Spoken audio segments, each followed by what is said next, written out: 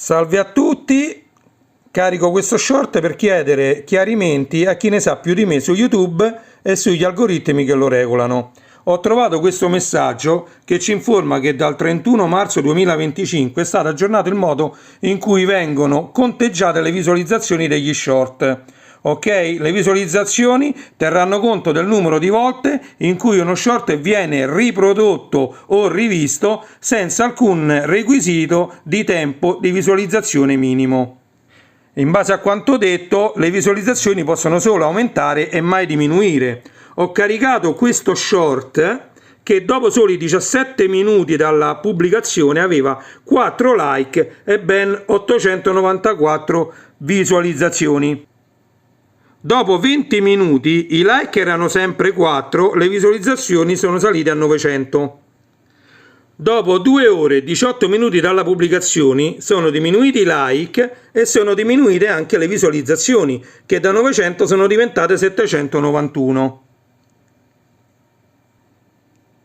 Addirittura dopo 17 ore e 15 minuti i like sono diventati 3, ma le visualizzazioni sono 789. Sempre parliamo dello stesso short.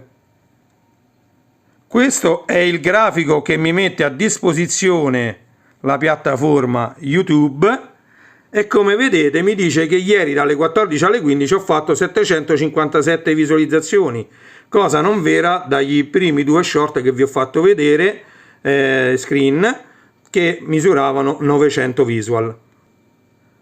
Io sono abituato a poche decine di visualizzazioni, 10-20 visualizzazioni sui miei short, eccezione fatta per questo di qualche giorno fa che ne ha fatte 5.729 e quello di cui stiamo parlando adesso che sta attualmente a 790. Come vedete il primo è sempre quello di cui parliamo. Ok? Chiedo quindi un chiarimento a chi ne sa più di me riguardo agli short su YouTube. Grazie mille e buona giornata a tutti.